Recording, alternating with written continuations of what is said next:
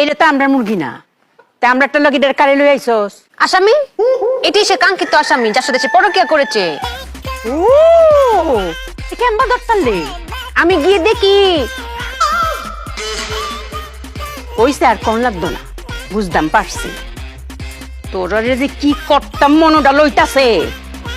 মায়া আমার কথা কি ও? আমরা সবার কথাই হয় মায়া। আচ্ছা কসে এতে কি শাস্তি দেওয়ান যা?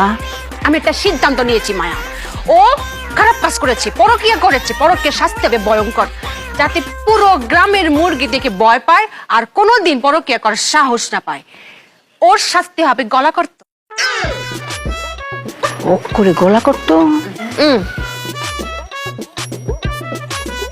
ঠিক কথা কইছিস, কক করে গলা করতো।